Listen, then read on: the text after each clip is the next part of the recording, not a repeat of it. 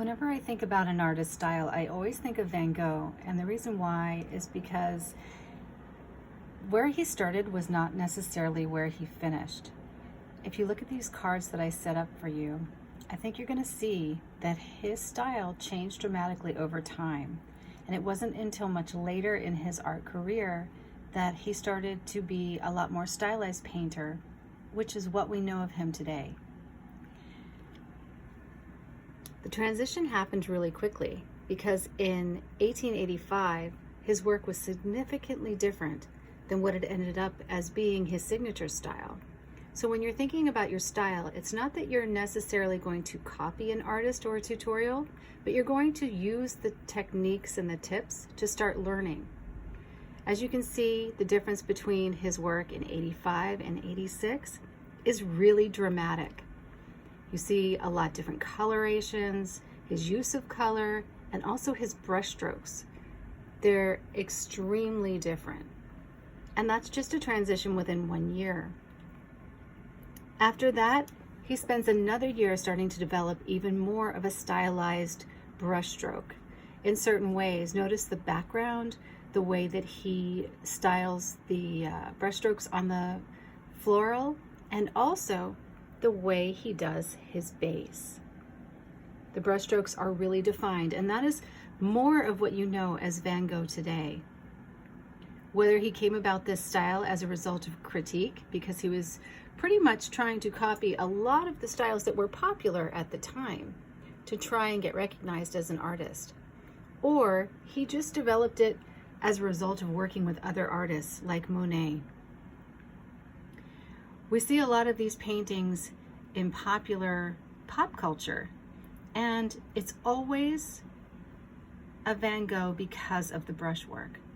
So I'm not saying that your style needs to have brushwork or a certain coloration, but it's kind of a certain thing that you will come upon as you progress as an artist.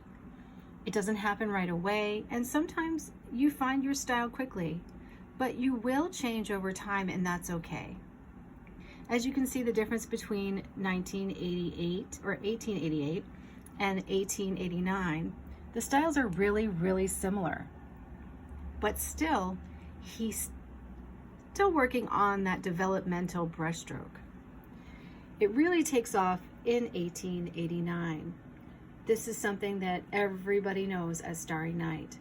This is when the skies start to swirl and the brushstrokes become really pronounced with a fluid structure throughout the entire piece of artwork.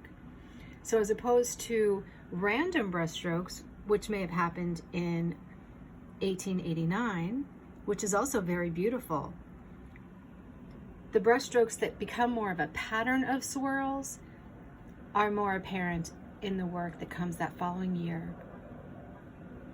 Notice the cypress trees were also something that was local to him, but he incorporated into many, many paintings. This is because he spent a lot of time outside painting the scenery that was in his area. So the story is told that the brushstrokes continue to develop and are seen in all the paintings moving forward, which is a far, far difference from where he started. And this is important to note when you're thinking about style, because along the way, I think as an artist, we come upon many, many styles and many things that we like to do, but something will emerge that becomes more recognizable and something that you enjoy looking at in your work. So use the group page on our Facebook to run ideas by people and see what they think.